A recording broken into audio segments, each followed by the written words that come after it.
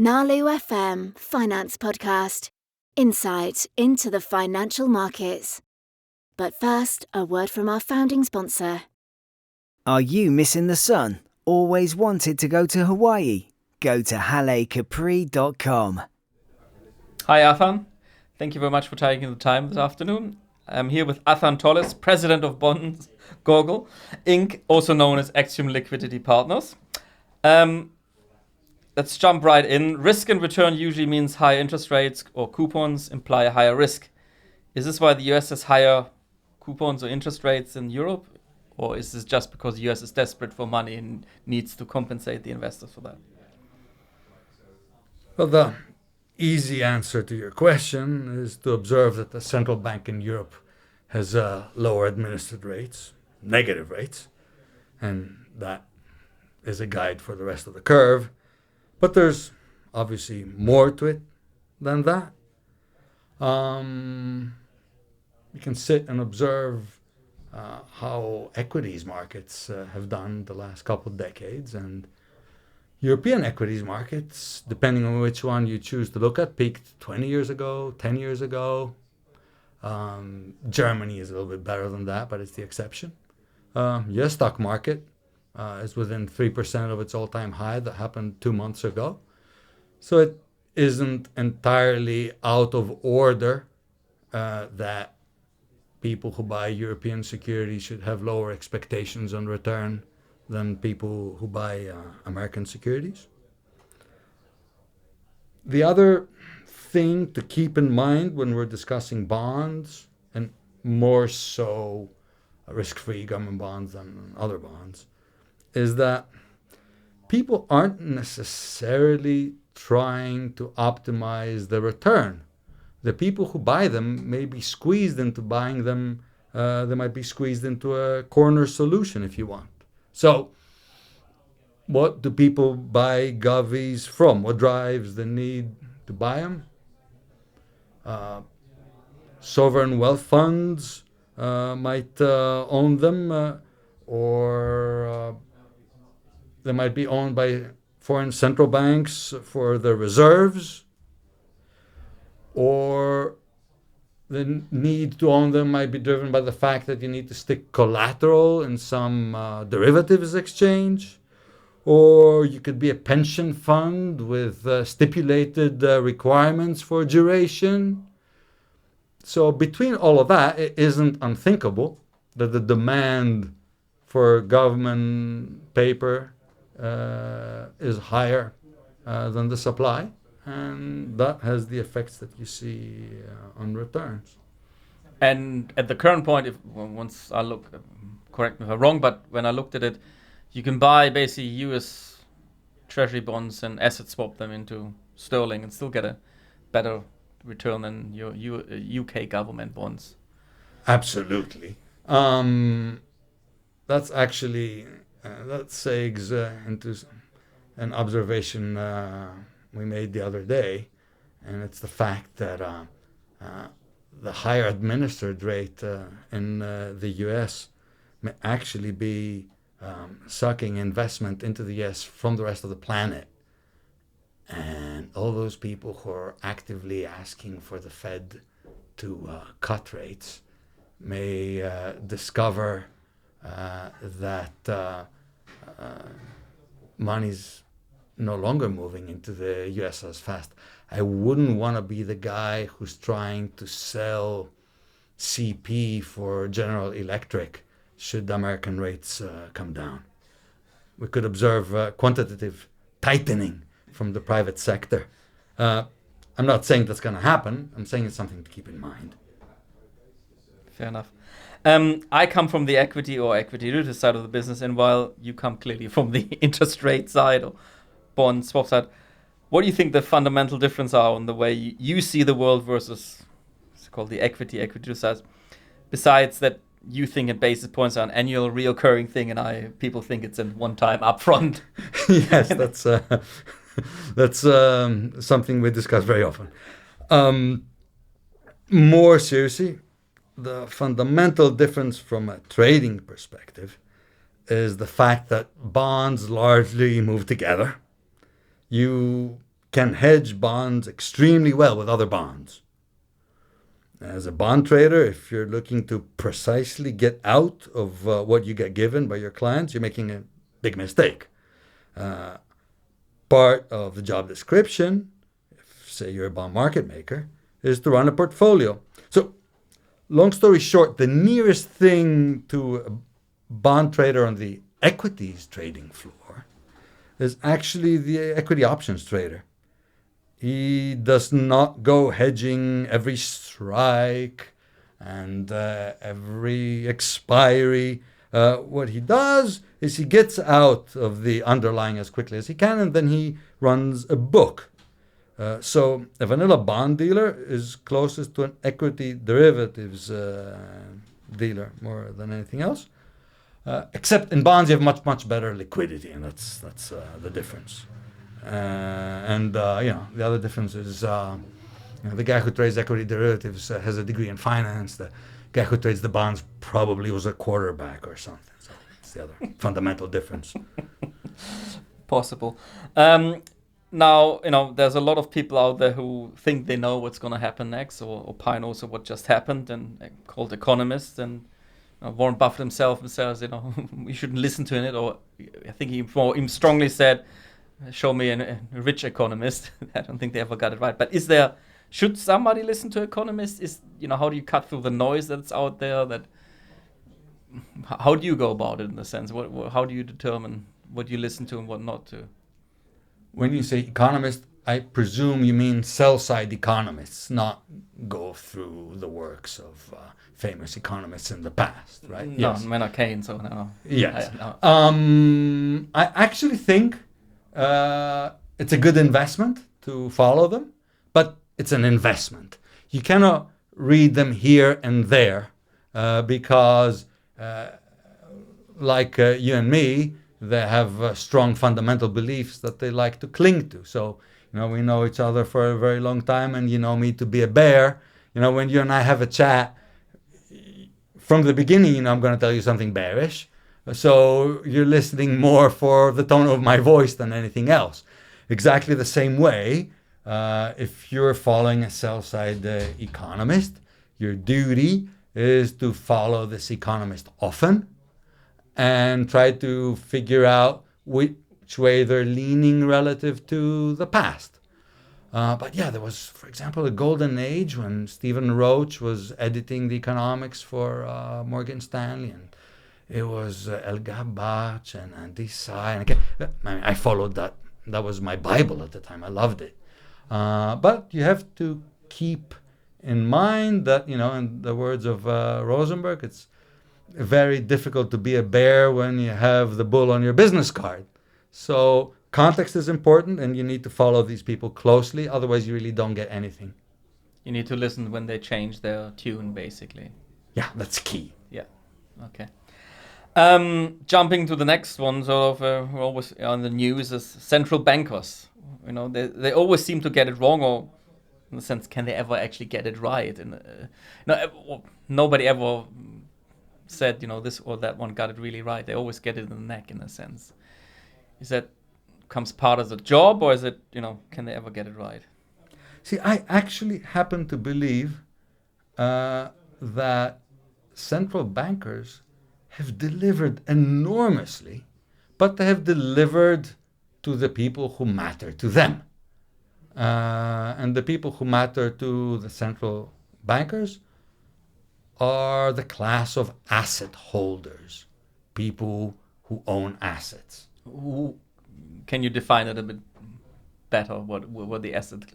The people who own bonds, stocks, absolutely, insurance companies. So in this country, the United Kingdom, 80% of bank assets are property related, and if you look at where people live, 60% live in a home they own, 20% rent, and 20% rent from the government. That's grosso modo. It's varied through time. And 2/3 of the 60% who own have a mortgage. Yeah. So 40% of society, the upper middle class, if you want to call it, have a mortgage. And when things got bad, the central bank took things away from the market and set the base rate administratively. No one gets a look in, a number that made it affordable for everyone to be able to carry on living in their house. That hasn't been discussed much, but it's precisely what they did. And they delivered. Equally, Alan Greenspan was the maestro because he delivered the Greenspan put. Ownership of stocks was very wide at the time. 1987 was probably one of the periods in time when stock ownership was the widest, especially not passive stock ownership through your pension, but people managing their own stocks. And he saved them. He saved the middle class. The Greenspan put, the Bernanke put, all of that stuff was immensely popular. People like to say that it's the wrong thing to have done, but these people delivered precisely what the public wanted, and they exercised their freedom and their independence to do precisely that. So they've been extremely successful. What the future holds, nobody knows, but for the time being, they've done what the people wanted of them, and people who complain that they're unelected, they wouldn't have done anything different had they been elected. So, would you have any advice for the new ECB, Christine Lagarde? Oh, I've none. Christine Lagarde knows everything, knows everybody. She has an amazing political mind. She has experience from running a large organization at this point. And what she needs to do now is deliver on European Banking Union. Her goals are largely political. I will be very surprised if she doesn't turn out to be a very successful central banker on the parameters on which her success is going to be judged. Fair enough. Now, for a very long time, we now have been in a very low or negative, even interest rate environment, and investing in reasonable bonds with a reasonable credit has been pretty much a low income affair. Any hope this might change, and why and when, or what do I need to do? Do I need to go down further the credit and where I can find value? That's the easiest question you've asked me so far. There's no hope for change. Not in the absence of a crash, at any rate. Should that happen, then sure. And that answers the second part of your question, the one about going further down the credit curve. But the answer is simple arithmetic. In fixed income, you know precisely what you're going to get. There's no such thing as capital appreciation. The clue's in the name. You know up front what you're going to get if you hold the bond to maturity. I mean, way back in the day when the coupon strip was non-trivial, we could have had a discussion about its reinvestment rate, but that's not a long discussion when the coupon is as low as it is today. Yeah. So the answer is no. Okay. And I mean, right now the majority of US corporate debt is pretty much triple B, right at the border of going high yield. If this goes down one notch, there's no illiquidity. I think when GE was threatened to go one notch down, there would have not been enough liquidity. I mean, what's going to happen here in this case? You're taking me away from my area of expertise. What I know about credit, you could write in the back of a stamp. But all my friends in credit have been saying for a while that liquidity is dreadful. I don't know that things will change much from here. One thing I will tell you is that all these initiatives whereby you give your access to somebody and he tries to find the other side, they're not going to make a big difference, other than maybe to eliminate some bond trading jobs. When I used to run Book to Eat back in the early days of the internet, people will come up to me and say, now with your system, am I going to be able to get into the Ivy? And I'd be like, if they won't let you in like that, access the computer is not going to make things any better for you. And similarly, all these initiatives whereby, we're going to use technology to defeat the illiquidity and credit, I don't see that happening. I don't see why someone who really needs to do something is going to let the world know. He's going to work it by himself. Yeah.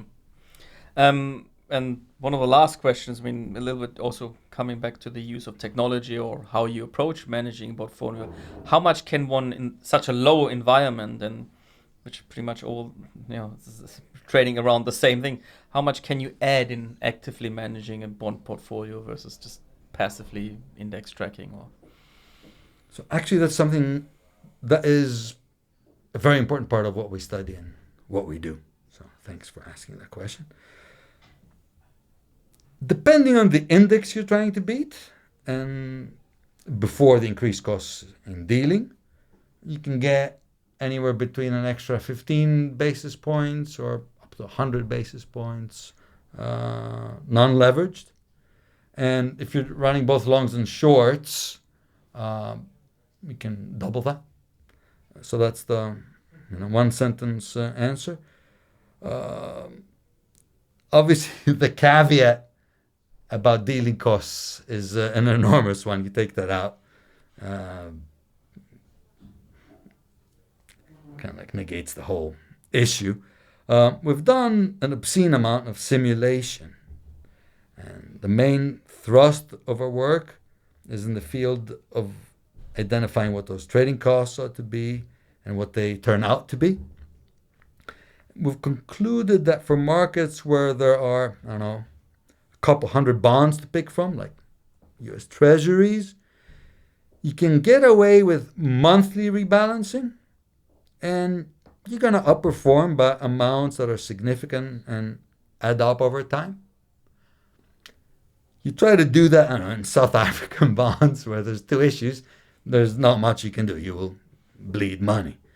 Whatever you make up from picking bonds in, say, Spain even, you're going to give back in bid-ask.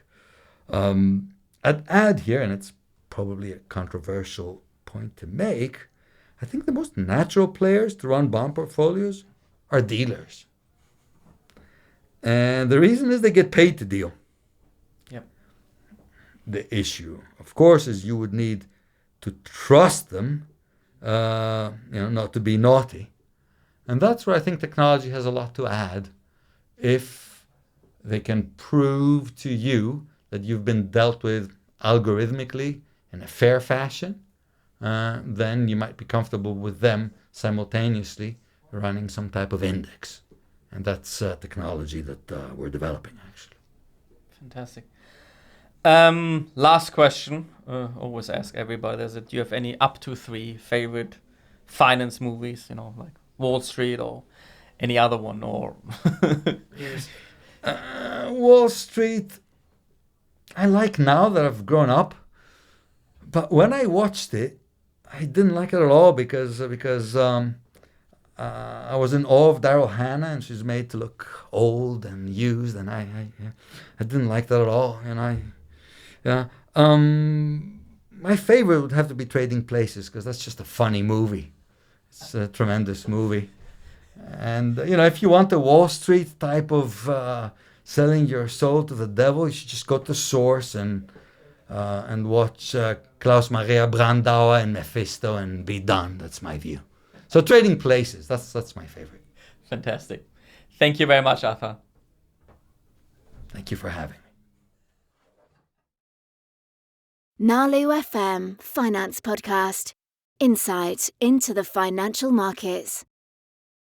Are you missing the sun? Always wanted to go to Hawaii? Go to hallecapri.com.